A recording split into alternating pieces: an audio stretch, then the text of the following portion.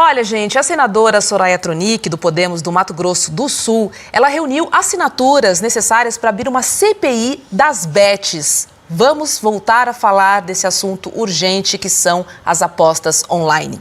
O objetivo é apurar a influência, dos jogos, dos orçamentos das famílias brasileiras e também a ligação das empresas com o crime organizado, com a lavagem de dinheiro, inclusive. Nós temos aqui um trecho do pedido da senadora, eu vou ler um trechinho, Elô. Olha, eu vou ler o pedaço, o segundo parágrafo. Olha, diz: a proteção das famílias brasileiras diante do crescente impacto dos jogos de apostas online é uma questão urgente e de extrema importância, com o aumento significativo das despesas familiares destinadas a essas apostas. É o que a gente está falando aqui. Portanto, a abertura de uma CPI permitiria uma análise detalhada das operações financeiras relacionadas aos jogos virtuais de apostas online no Brasil. Heloísa Vilela, já temos aí, a CPI das apostas, que investiga muito mais essa manipulação de resultados, e tudo indica também, já temos assinaturas para abrir uma CPI. Robson, vamos só chamar também a senadora, para se juntar à nossa discussão, ela que abriu essa CPI, Senadora, muito bom dia, seja bem-vinda ao ICL também, junto com a Elô. Vou começar aqui então, fazendo coro com a pergunta da Roberta, mas a gente quer te ouvir primeiro, senadora, porque é uma coisa que chama muito a nossa atenção, Até onde essa CPI pode ir, porque a gente já viu também, a gente queria entender a diferença também dessa comissão, que seria diferente da que funciona com o Jorge Cajuru. Senadora. Bom dia. Bom dia a todos, é um prazer enorme falar com vocês nessa manhã e poder trazer essa boa nova. Essa CPI que nós vamos abrir agora é bem diferente da CPI que é presidida pelo senador Jorge Cajuru. Aquela visa tratar, investigar da manipulação de resultados e é das bets que já foram legalizadas, em tese, a dos jogos. Nós estamos falando agora em jogos de azar. Esse cassino eletrônico, que até agora não está regulamentado no Brasil, são questões diferentes, embora ambas formas de aposta também estão nos causando preocupação. Porque estima-se, segundo o estudo do Santander, que nessas bets, nos cassinos online, no jogo do bicho, inclusive, na Loteria Federal, o brasileiro gastou de 100 a 150 bilhões de reais no ano de 2023. Os números são alarmantes e então esta CPI vai iniciar agora a partir de outubro, porque a das bets, da manipulação dos jogos, ela finaliza dia 7 de outubro. E confesso que não sei do resultado, porque não sou membro dessa comissão, estou acompanhando por alto, mas essa dos jogos eletrônicos não legalizados traz essa preocupação para nós, e evasão de divisas, lavagem de dinheiro, como é que nós vamos lidar com o vício, enfim, uma série de problemas que nós precisamos investigar profundamente. Elô, contigo. Senadora, eu queria lhe perguntar o seguinte, a gente tem ouvido, eu acredito que a senhora não é diferente, de pessoas no nosso entorno que têm as vidas das famílias destruídas por causa dessas apostas. Eu recebo no meu celular toda semana um convite para trabalhar para essas bets, venha trabalhar para a gente que você vai ganhar muito dinheiro. Então, eu queria saber se a senhora está vendo, primeiro, uma possibilidade de entrar a fundo no que está acontecendo na sociedade brasileira com essas bets, e qual é o grau de aceitação ou de adesão que a senhora está vendo, porque entre as assinaturas, eu li que a gente tem ali, apoiando a abertura dessa CPI, desde Randolfo Rodrigues, que é líder do governo no Congresso, até Girão, Cleitinho, que são senadores que a gente pode chamar de direita ou de extrema direita, dependendo da situação. A senhora acredita que existe como trazer para essa mesma preocupação um espectro político tão vasto? Eu acredito que sim, porque senador Girão, Cleitinho, eles sempre foram muito contra qualquer espécie de jogo. E daquele conservadorismo deles, né? e nós estamos vendo a preocupação do governo também, o bom andamento da operação que prendeu Deolane Bezerra, por exemplo, na semana passada. A investigação está indo bem, então eu acredito que este é um tema comum entre todos nós ali, por isso a adesão foi rápida e eu acredito que teremos bons resultados. Serão 11 membros, ainda está faltando, né, a leitura, mas o documento já foi protocolado e a conversa com o presidente Rodrigo Pacheco caminha muito bem e eu conversei, inclusive, com o diretor-geral da Polícia Federal, Andrei, conversei com o Regis Dudena, que é o secretário de Jogos e Apostas do Ministério da Fazenda.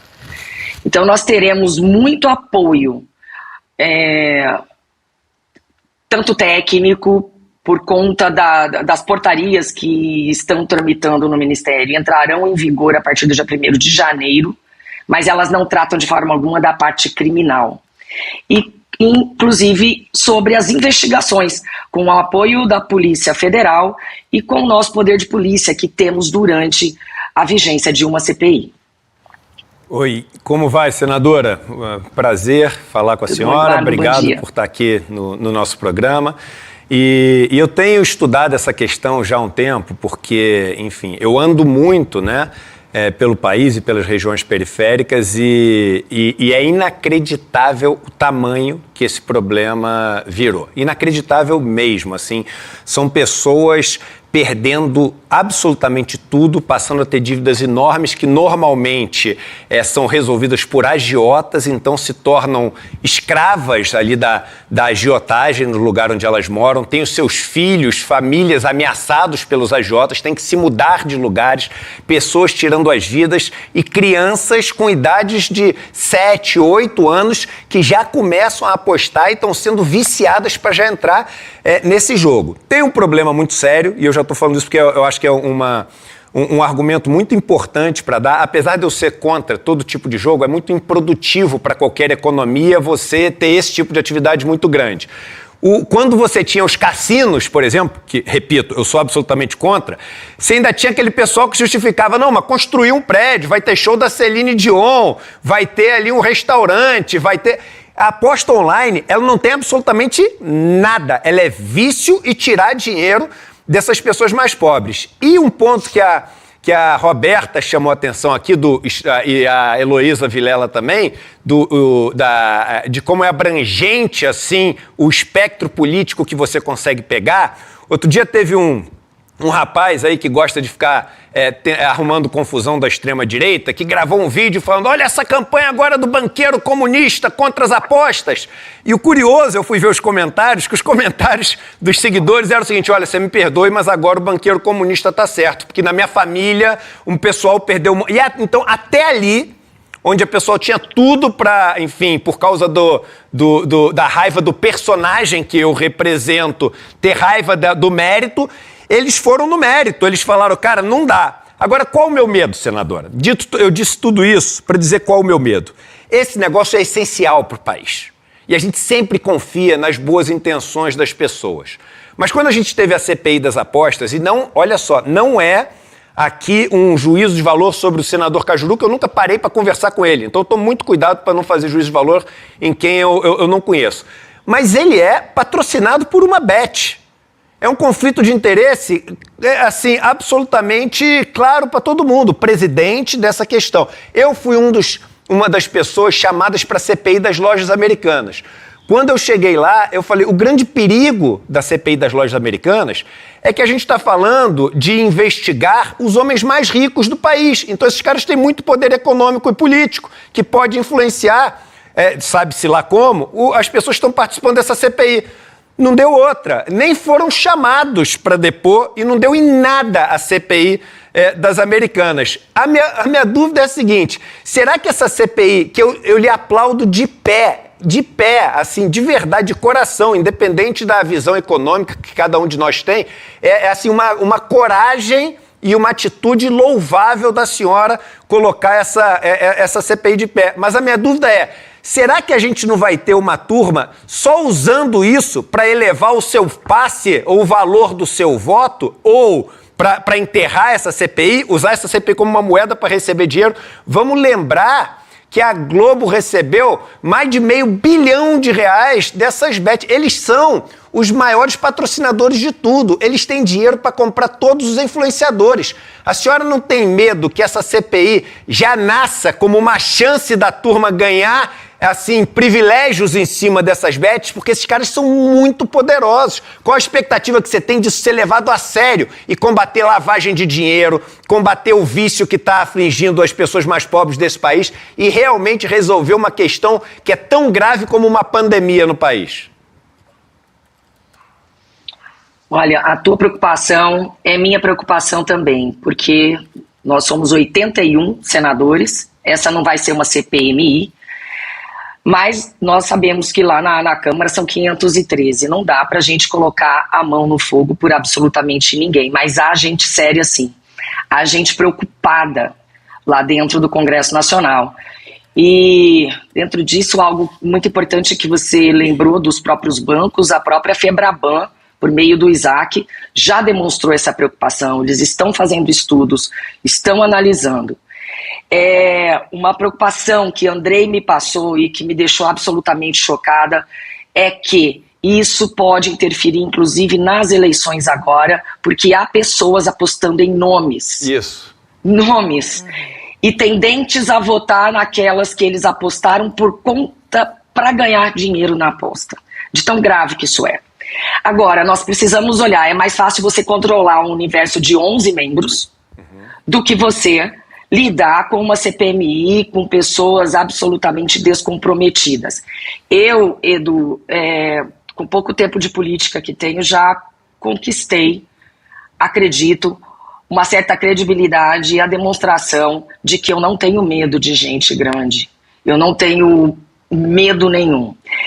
Eu presido a CCT hoje, que é a Comissão de Tecnologia lá do Senado, e eu organizei uma audiência pública que era para ocorrer 3 semanas atrás. Eu não consegui encontrar o tal representante do Tigrinho aqui no Brasil. Nós encontramos o endereço dele, ele nunca estava, mas no entorno nós soubemos, inclusive, que no dia que era para acontecer a audiência pública, porque foi um convite apenas, nós gostaríamos de ouvi-lo apenas, ninguém está fazendo juízo de valor aqui antes de ouvir e de entender. Mas a notícia foi que ele estava nos arredores, ele estava em Brasília, sim, preocupadíssimo, se mexendo para que não fosse encontrado.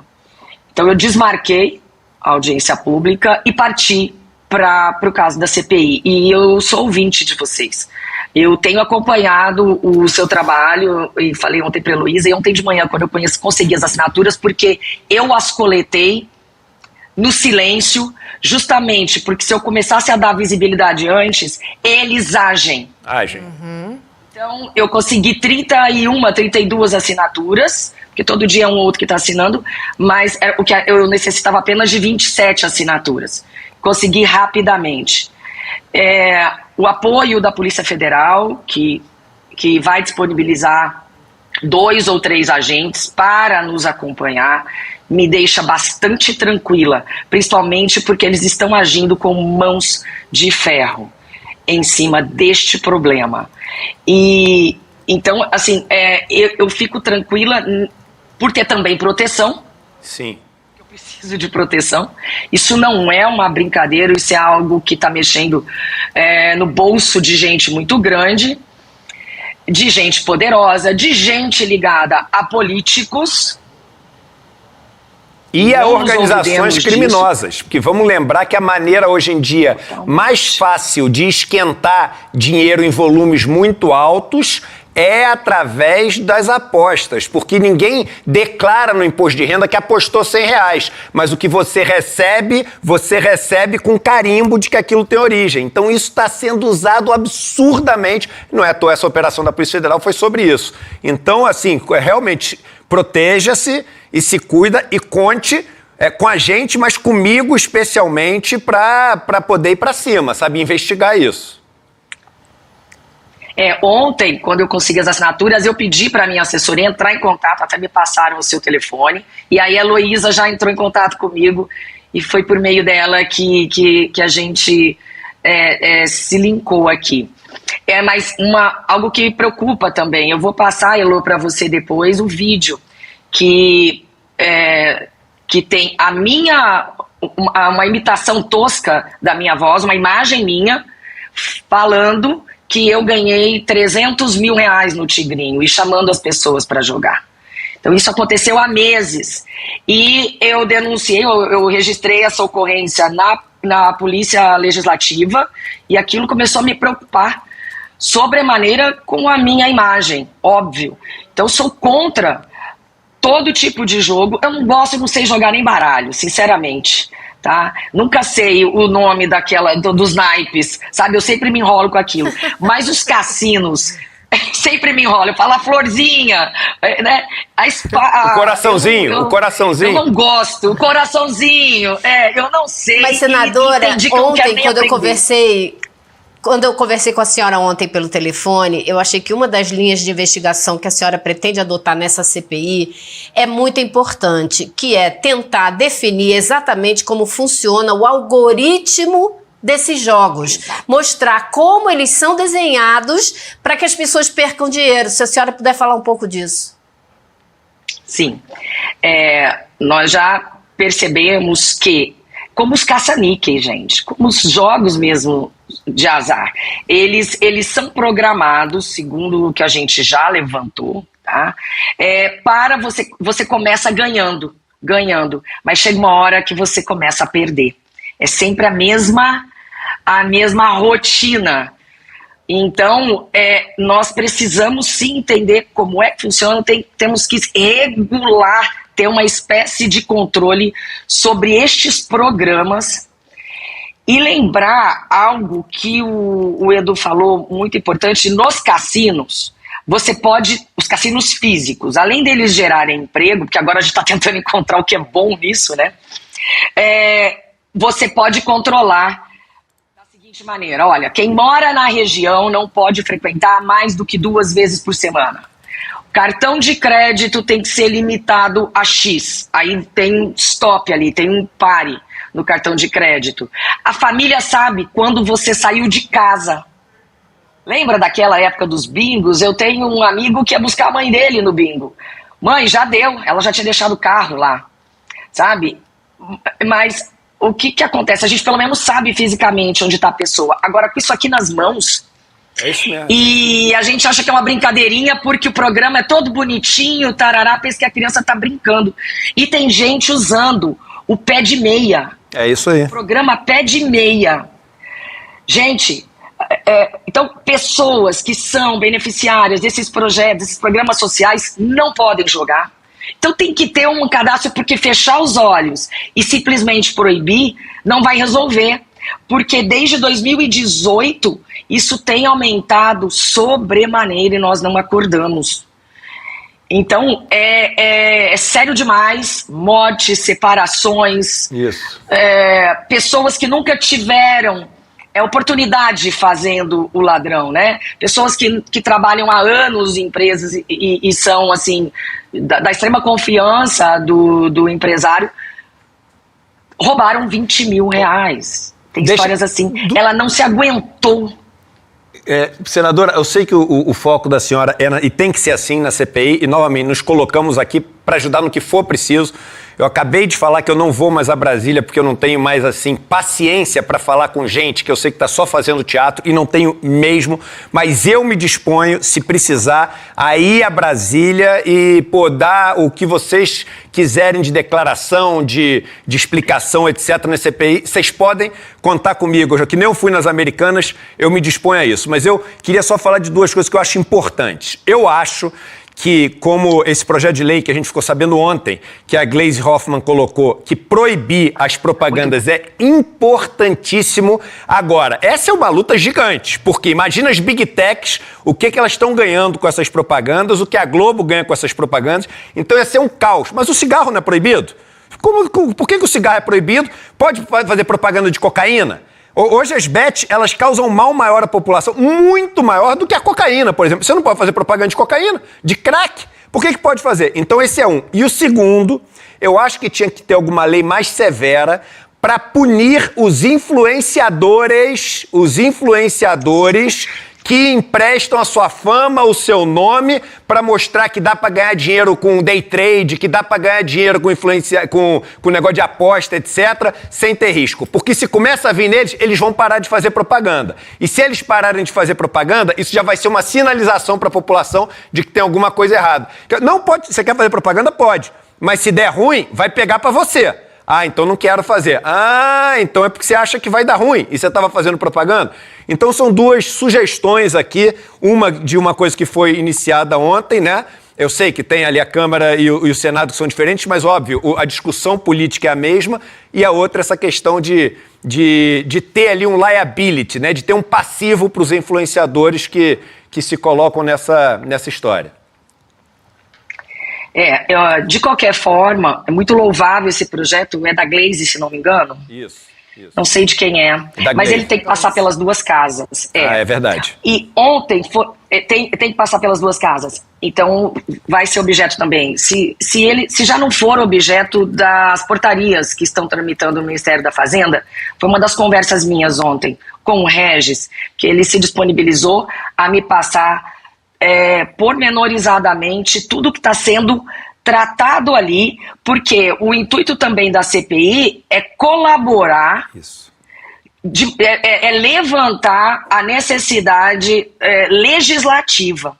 E o que ele me disse, senadora, nessas portarias nós não tratamos da parte criminal.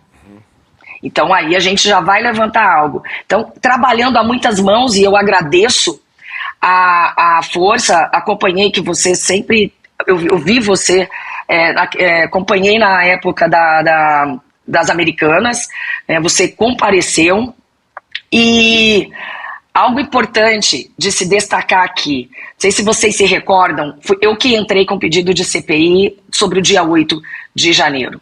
Não consegui iniciar, eu fui barrada até pelo governo federal naquele momento, e eu falei, olha, vai ser muito pior, porque teremos uma CPMI. E a CPMI foi muito difícil. A Elisiane fez um belíssimo trabalho na relatoria, só que a cadeira de presidente de Arthur Maia, que é meu amigo, são questões absolutamente diferentes, mas eu não deixo de criticá-lo, ele não deixava passar os requerimentos de oitivas nossos. Então, foi muito difícil trabalhar lá. E uma das críticas foi o seguinte, olha, a Polícia Federal já está investigando o 8/1. Não precisamos de uma CPI. Porém, nós temos aqui questões bem diferentes. Primeiro, que a Constituição não exclui o nosso direito de abrir CPI quando tem uma investigação tramitando concomitantemente, seja no judiciário, seja em inquérito policial. Não há vedação. Mas o que a CPI pode fazer é que ela dá visibilidade ao tema. Enquanto os inquéritos e processos tramitam em segredo de justiça, a população não sabe o que está acontecendo. Quando ela sabe, já vem direto numa prisão, já vem direto uma operação. Mas mesmo assim, aí os advogados reclamam que não tiveram acesso ao inquérito. Mentira, porque geralmente tem, mas esse o enredo, eu não aguento mais a palavra narrativa. O que uma CPI pode fazer é, naquele trabalho, a conscientização da população. Coisa que a polícia não faz, não é o trabalho dela. Então a gente vai estar conversando de uma forma ou de outra, em todas as reuniões, vai estar mostrando para os pais, para as famílias, o perigo disso. Vamos chamar também, porque é tão fácil você lidar, eu acredito, né? Quando uma pessoa usa cocaína, abusa do álcool, usa maconha, você percebe nitidamente, no agir, no falar, no andar, que ela está sob efeito de alguma substância. Agora, aqui você não percebe, porque está todo mundo aqui. É silencioso. Então, nós precisamos chamar essas pessoas que estão já tratando do vício. Eu comentei com a Heloísa ontem, há uma pessoa no Senado cujo filho se tornou viciado, a família perdeu muito dinheiro e ele ficou 6 meses internado numa clínica, 15 mil reais por mês, gente. A prestação, a mensalidade desta clínica. Recebeu alta, mas é um rapaz que não pode ficar sozinho em casa mais. Ou o pai ou a mãe tem que estar ali, ou o irmão.